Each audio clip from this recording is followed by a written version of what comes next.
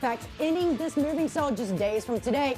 You do not want to get left out. Selection is unbelievable, and that means you'll not only find exactly what you want, you'll take it home at discounts that could never be offered again. The final days are here. Please make your final selections now.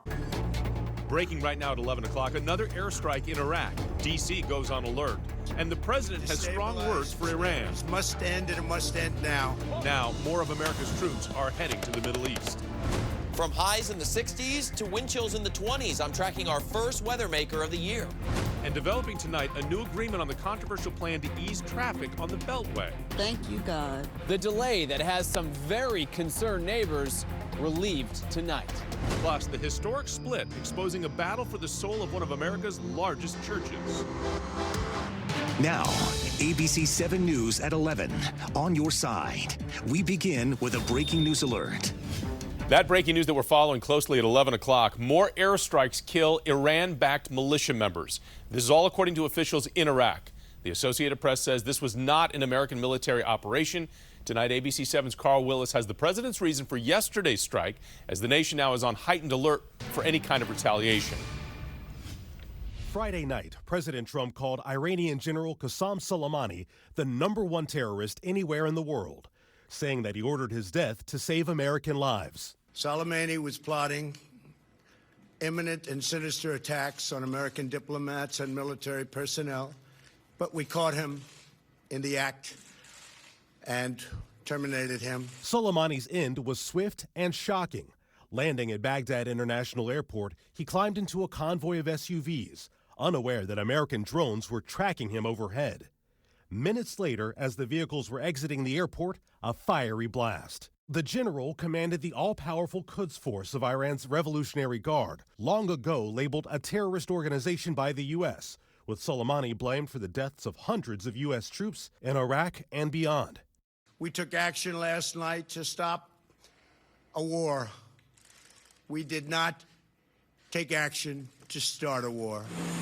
3,500 additional U.S. forces are now headed to the region. That means close to 5,000 have been dispatched in the last week alone.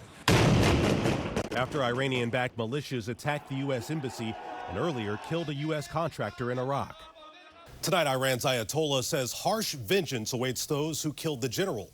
Meanwhile, President Trump insists he is not seeking war or regime change, but is warning Iran that their aggression must end. Carl Willis, ABC 7 News. Virginia Senator Tim Kaine reacted strongly today in a statement saying that the strike, quote, has brought us to the brink of another war in the Middle East. His fellow senator from Virginia is demanding a White House briefing. Clearly, General Soleimani was no friend of America. He had had Americans' blood on his hands, and he'd been an advocate for violence around the region. There was a threat. The question that I still need to get answered is, has the administration thought through all the ramifications of their action? And the Senate Majority Leader, Mitch McConnell, while praising the strike, says that he's working with the White House to secure a briefing. I recommend that all senators wait to review the facts and hear from the administration before passing much public judgment on this operation and its potential consequences. And on the presidential primary campaign trail in Iowa, leading Democratic candidates all agreed that the Iranian military leader was a dangerous man, but they questioned the president's decision-making on this one. If we have learned nothing else from the Middle East in the last 20 years, it's that taking out a bad guy is not a good idea unless you are ready for what comes next. It is not clear to me, and I have a lot of questions and concerns about, did he think about the repercussions of what this is going to mean?